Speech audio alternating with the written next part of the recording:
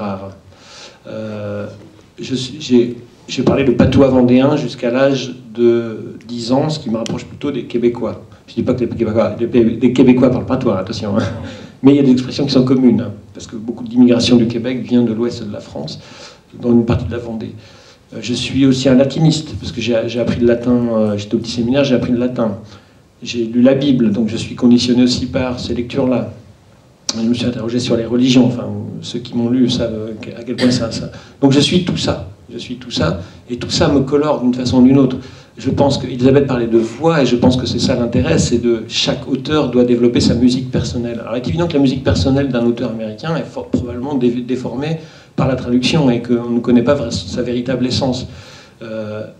Néanmoins, il semble qu'il y a un imaginaire collectif science-fictif avec des spécificités selon les pays, et sûrement l'utilisation de la langue fait... moi, j'adore jouer avec la langue, par exemple. La langue française, c'est ma langue, je l'adore en tant que matériau.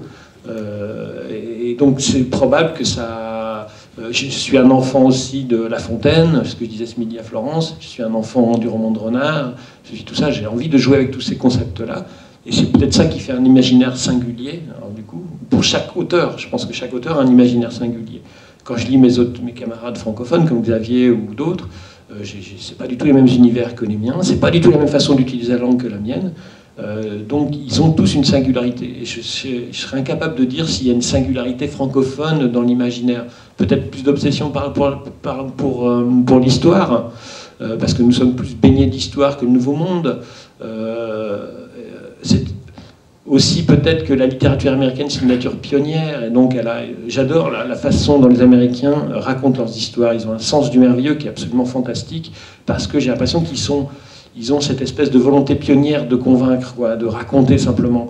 Et que nous, avec nos grandes théories sur la littérature, on a un peu perdu cette espèce de puissance narrative qui est, à mon avis, la marque des Américains. Et ce que j'essaie de retrouver, moi, en tant qu'auteur, c'est cette puissance narrative-là, tout en utilisant toutes mes différentes petites casquettes, mes casquettettes, je ne sais pas comment on dit, pour avancer dans mes histoires. Mais le principe narratif, que je retrouve par ailleurs dans l'Iliade et l'Odyssée, dans les textes très anciens, et donc voilà, c'est ça que j'essaie de retrouver, c'est le caractère épique, donc le caractère épique, absolument, le caractère épique, et je pense que la science-fiction, Gérard me contredira peut-être, mais pour moi, elle reste d'essence épique. C'est une littérature initiatique, beaucoup. Je l'utilise comme ça, et donc voilà, c'est tout ça qui fait que c'est un imaginaire. Je ne sais pas si je m'insère dans un imaginaire francophone ou dans un imaginaire international, mais c'est comme ça que je suis, et c'est comme ça que je fonctionne, quoi. Si quelqu'un veut rebondir, c'est le moment, mais M. Bordage, puis-je changer les termes de la question? Est-ce que votre imaginaire science-fictionnel a transformé, au moment où vous écrivez, votre rapport à la langue? Est-ce que c'est ce que vous avez... Alors, il y a un point fondamental dans la science-fiction qui est la création de langage, néologisme, puisqu'on adapte des mots à des concepts nouveaux, et là, c'est la partie que, franchement, j'adore, quoi. Je suis passionné par l'étymologie des mots, et créer des mots, pour moi, fait partie du plaisir pur de l'auteur de science-fiction. Et comme je refuse de recourir à un lexique, ça veut dire que chaque néologisme doit être justifié dans le texte, c'est-à-dire qu'il doit être ou compréhensible, ou moins que le lecteur en devine la teneur, rien que par l'environnement du mot. Et donc je m'efforce d'inventer des étymologies fictives. Et ça, je me sers beaucoup du latin, du grec, que j'ai aussi étudié quand j'étais écolier. Et là, c'est vraiment un des plaisirs purs de la science-fiction. C'est pour ça que je suis toujours déçu quand je me mets dans un roman contemporain, là on en parlait avec Elisabeth tout à l'heure, ou pseudo, ou très proche du contemporain, parce que les néologismes vont être beaucoup moins nombreux. Et là, il y a ce plaisir-là qui est vraiment, je pense, l'apanage des auteurs de science-fiction. Quelqu'un veut réagir? Oui. Oui, enfin, dans ce sens, je ne veux pas, je vais ajouter une chose, c'est que pour moi, il y a une très grande différence entre les écrivains anglo-saxons et l'expression française, c'est que je n'ai pas besoin de traducteur pour le deuxième. Mais on constate justement dans les traductions des différences de langue qui sont importantes. Par exemple, en anglais, des écrivains comme John Brunner, qui est britannique, ou des écrivains comme Frank Herbert, qui est américain, utilisent assez facilement, très volontiers chez Brunner, une structure d'adjectif ternaire. En français, il y a 3 adjectifs qui suivent. En français, c'est très difficile. Et souvent, on est obligé d'en faire sauter un. Donc là, il y a une différence qui est vraiment dans l'écriture et qui n'est pas spécifique de l'écriture de science-fiction, qui est générale dans la littérature. Je ne me rappelle plus quelle était la question. Est-ce que ton imaginaire science-fictionnel transforme ton rapport à la langue? Oui. Bon, en fait, oui, je ne sais pas si c'est une question de transformation, mais c'est une question un peu de définition du genre. Pour moi, il est très difficile d'aborder un nouvel univers de science-fiction sans réfléchir à la langue. Ça va de soi.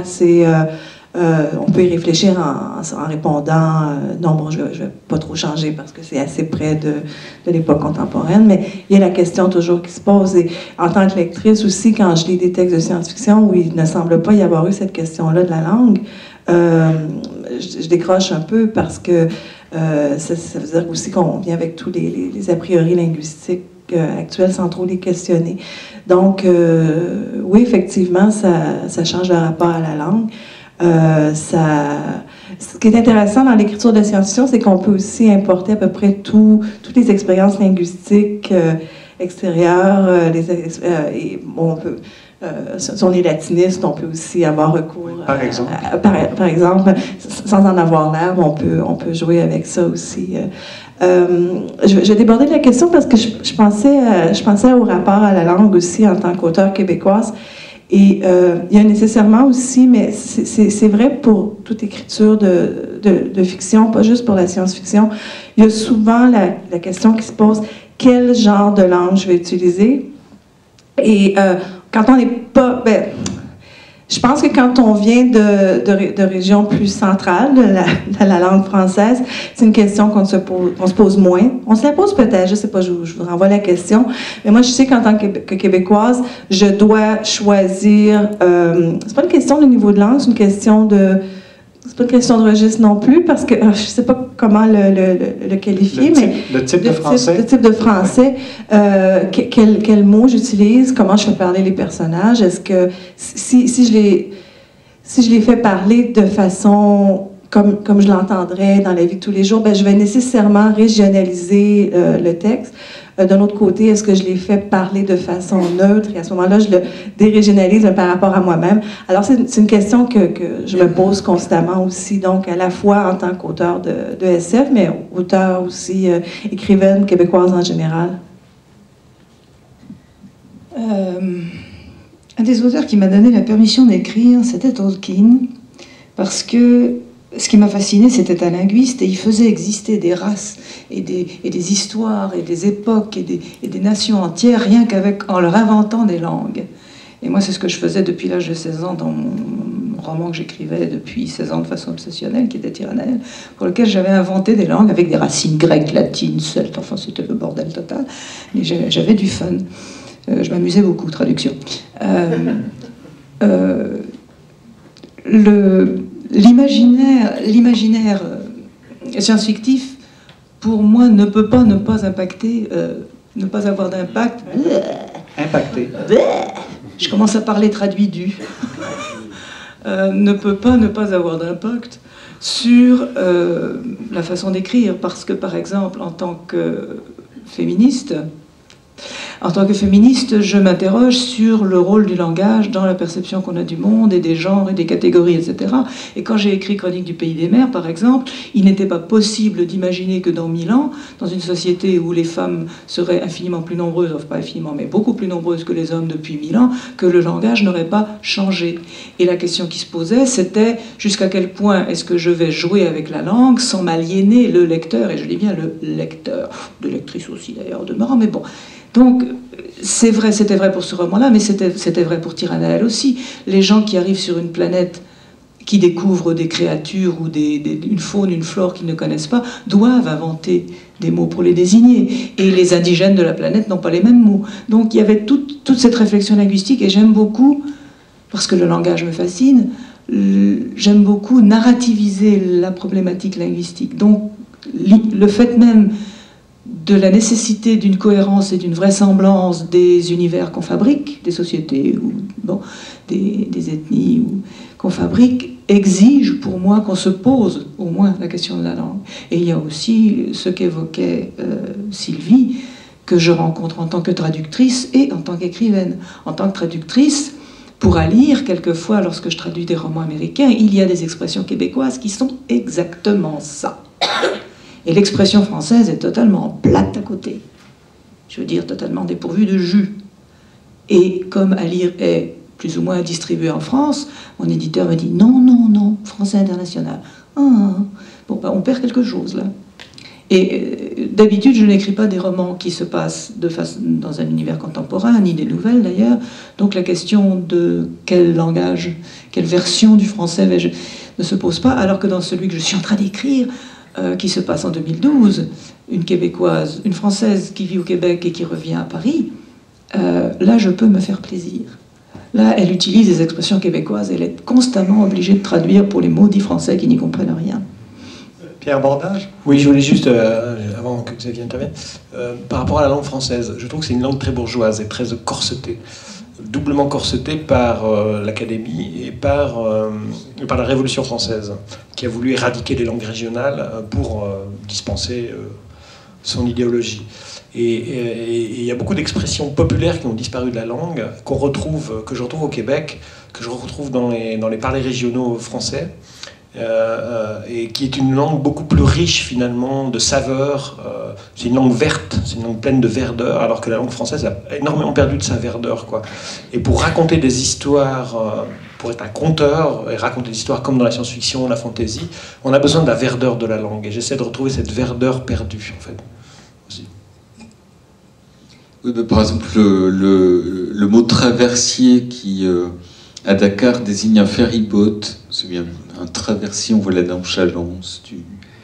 Voilà, pour l'influence de l'imaginaire science-fictif sur la langue, comme Natacha le disait, je suis auteur de science-fiction. J'ai pas dit je ne suis pas qu'auteur. Je suis auteur de science-fiction et je suis auteur aussi d'autres choses. Bon. Et dans tous les cas, l'imaginaire a une influence sur la langue. Je prendrai 3 exemples, mais justement parce que j'essaie d'avoir une approche très formelle de la langue et où je réduis et j'insiste la part biographique ou empathique. Par exemple, dans un roman qui est censé être le journal de Joseph Merrick, l'homme éléphant, Joseph, c'était son vrai prénom, j'ai beaucoup travaillé à partir de matériaux anglais, notamment du journal du Dr Treves, qui était son médecin. Donc je me suis retrouvé avec une compilation de notes et documents anglais qui, s'ils avaient été traduits par moi, français d'aujourd'hui, auraient été très mauvais, très très mauvais. Donc il a fallu que je passe par un filtre qui était la littérature française du 19e, pour trouver une sorte d'équivalent. C'est un premier exemple. Deuxième exemple, dans La Vénus atomique, là il s'agit d'un pastiche, qui se veut même un apocryphe de Julien Onfroy-Lamétrie, le philosophe matérialiste. Donc là, j'ai lu, relu, re-relu Lamétrie jusqu'à trouver une musique. Mais là, il fallait justement qu'elle soit celle de Lamétrie. Pour reprendre l'éthique, non seulement une sorte de banque de mots qui revenaient souvent chez Lamétrie, mais aussi des formes qui lui sont très personnelles, comme des digressions, ou il était toujours en train de médire sur ses contemporains, donc il fallait que j'arrête le texte pour dire quelque chose sur Voltaire, une vacherie sur Voltaire, parce qu'il l'aurait fait. Donc là, c'était complètement inféodé au personnage existant. Lamétrie, la langue devait être celle de Lamétrie. Et enfin, troisième exemple, qui est celui qui va paraître en mars, là, il s'agit d'une compilation de documents sur un livre qui, dans la narration, est censé exister, mais n'a pas existé, qui est une sorte de... Enfin, qui n'est pas une sorte, qui est les contes de ma mère Loi, mais aux États-Unis, mais qui est une compilation totalement originale, pas celle ou celle au pluriel que l'on connaît. Donc il a fallu que j'invente des contes qui sont vraiment américains ou même bostoniens. Donc j'ai beaucoup lu sur le Boston de l'époque, etc.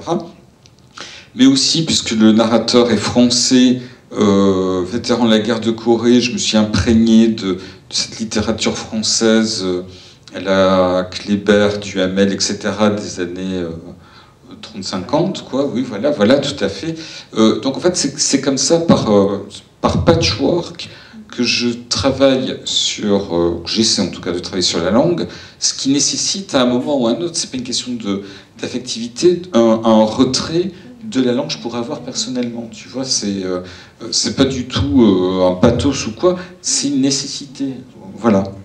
Je peux dire juste un petit mot. Et sur ça, je vous invite à poser des questions. Oui, tout de suite. J'ai été l'éditeur secondaire de la Vénus anatomique, que j'ai donc lu très attentivement, et je dois dire que j'ai été extraordinairement impressionné par la langue, justement le travail sur la langue, ce dont vient de parler Xavier, c'est cette habileté à introduire le XVIIIe siècle. Enfin, il y a quelque chose d'étonnant. Alors, des questions? Oui. Oui. Merci. En fait, j'ai deux questions. D'une part, vous parliez de la francophonie tout à l'heure. Est-ce que, j'ai pas très bien compris si vous disiez qu'il y avait des spécificités belges pour le coup, etc., comme si la langue, seulement la langue, pouvait rassembler désigner des singularités entre les groupes, mais enfin, je suis pas sûr d'avoir très bien compris. Est-ce que vous sentez une proximité particulière, justement, alors, avec ce qu'on appelle les littératures francophones? C'est-à-dire, est-ce qu'en tant qu'auteur de science-fiction, par exemple au niveau de l'invention linguistique, des romans de, je sais pas, d'Ampateba, des romans de Chamoiseau, des romans de Amadou Kourouma, sont des romans avec lesquels il vous semble qu'il pourrait y avoir la moindre relation problématique avec la littérature science-fiction? Ben, juste une réponse rapide, comme l'a dit aussi Pierre Bordage. C'est des diagrammes de veines. Hein. Il y a des intersections, il y a des sensibilités qu'on retrouve, qu'on peut retrouver effectivement sur la base de la langue, mais qu'on peut retrouver aussi. Elisabeth tout à l'heure a parlé d'écriture féministe, qu'on peut retrouver aussi. Donc c'est des intersections. Alors la réponse est oui, mais pas à tous égards. Ça dépend des auteurs, ça dépend des œuvres aussi. Je ne sais pas ce qui a été dit à propos de sensibilité franco-belge. Oui, c'est ça, c'est une expérience différente du monde selon l'endroit du monde d'où on vient. Tout à l'heure, un truc qui m'est venu, parce que moi aussi j'ai un chapeau de traductrice, j'ai traduit pas seulement des romans de science-fiction, mais entre autres, un roman que j'ai traduit où je ne pouvais absolument pas laisser ça dans l'état parce que le personnage disait dans ce pays-là, il parle une langue étrangère. Bon, je traduisais de l'anglais. Je me disais, mais il y a juste une anglophone pour dire que dans un pays où elle est en visite, son personnage peut être en visite, qu'il parle une langue étrangère. Je suis désolée, mais il parle leur propre langue. C'est le point de vue de l'anglophone qui est étranger. Donc, tout ça, ça crée des sensibilités différentes. Oui, alors, par rapport à Kourouma, j'ai lu un bouquin de Kourouma qui s'appelle Allah n'est pas obligé. Et putain, le mec, il m'assied, quoi. Je dis, il utilise la langue française, mais d'une telle façon, africaine, je trouve, alors purement africaine, avec un sens du un rythme complètement différent. Et il appelle les fusils mitrailleurs les tralalalala. Ben, je trouve ça génial comme trouvaille, par exemple. Et les gamins qui jouent, parce que c'est des enfants soldats, ils jouent au tralalalala, c'est-à-dire qu'ils tuent des gens avec une mitraillette, quoi, en gros. Et cette espèce de décalage entre la vision enfantine des choses, le rythme africain et l'horreur de la situation est absolument fascinante. Je me dis, ouais, un auteur qui utilise la langue comme ça, avec ce talent-là, et c'est français, comme moi c'est du français, hein, il utilise le français, c'est complètement différent, quoi. C'est un imaginaire totalement différent, et c'est fantastique la palette que peut offrir une langue selon sa propre culture et selon sa propre rythmique intérieure. En fait, juste au-delà de la langue, la question, c'est celle de la relation éventuelle entre la communauté éventuelle entre les problématiques de ce qu'on appelle le post-colonial et la littérature de science-fiction. C'est une question, en fait. Est-ce que vous sentez qu'il y a une relation à ce niveau-là? Au niveau de la langue, il y a quelque chose. Mais au niveau des thématiques, au niveau des problématiques, voilà. Moi, je veux dire, j'ai beaucoup fréquenté, enfin, j'ai pas mal fréquenté la littérature belge, enfin franco-belge. En particulier les surréalistes belges, je les trouve extraordinaires. Je j'ai aussi, enfin, c'est déjà un écrivain relativement ancien. Je pense à Marcel Thierry, qui est à la fois poète et qui a écrit au moins un roman de paradoxe temporel. Il y a une différence de mentalité qui est d'ailleurs pas si facile que ça à isoler, en particulier en ce qui concerne les surréalistes belges, mais je ne vois pas de différence importante liée à la langue. Alors, à contrario, je suis en train de travailler avec un auteur suisse, avec un manuscrit que je publie peut-être, c'est pas Panchard, c'est pas Georges Panchard, je ne l'ai pas, c'est un auteur que je n'ai encore jamais publié, je ne sais pas s'il a jamais publié, et dans son manuscrit, qui est par ailleurs trop long mais très bien, il y a un certain nombre de suicismes, il n'y a pas d'autres termes pour les qualifier, et qui sont à peu près incompréhensibles pour un Français. Alors je vais demander si on pouvait envisager de les remplacer, il n'a fait aucune espèce de difficulté. Mais là, c'est l'introduction qui était probablement naturelle pour lui, de termes d'une espèce de patois, d'ailleurs qui même pour d'autres Suisses ne sont pas clairs. Alors, bon, c'est autre chose. Donc on n'est pas dans les problèmes de langue, là, à proprement parler. Moi, j'ai jamais vu beaucoup de différences entre toutes. Alors, le cas de l'Afrique est intéressant, mais j'en ai pratiquement pas la pratique. Mais dans ce qui concerne l'expression française européenne, en tout cas, j'ai jamais vraiment ressenti de différence. Une autre petite chose. Oui, il y a aussi il y a une différenciation ou pas d'ailleurs, c'est vrai, spatiale, mais aussi temporelle. Il y a eu du français avant le français. Et par exemple, moi je prends un exemple chez Eugène Daby, Hôtel du Nord, où il est dit à un moment, bon, donc un superbe roman, ce qu'on appelait un roman ouvrier. Il est dit à un moment qu'un des personnages bâillait du cul, c'est-à-dire qu'il se fend le cul en se penchant tellement il est obséquieux. Ça traduit un comportement qui n'a plus de sens de nos jours, qui est un comportement social de l'obséquiosité passerait par autre chose que de s'incliner, etc. Donc il y a même une étrangeté, une étrangèreté dans la langue française, tout simplement par le temps et les usages qui diffèrent. Oui, je me suis rendu compte en faisant L'Ange mineur, une série qui se passe en 1792, 93, 94, ce qui augmente considérablement la tâche.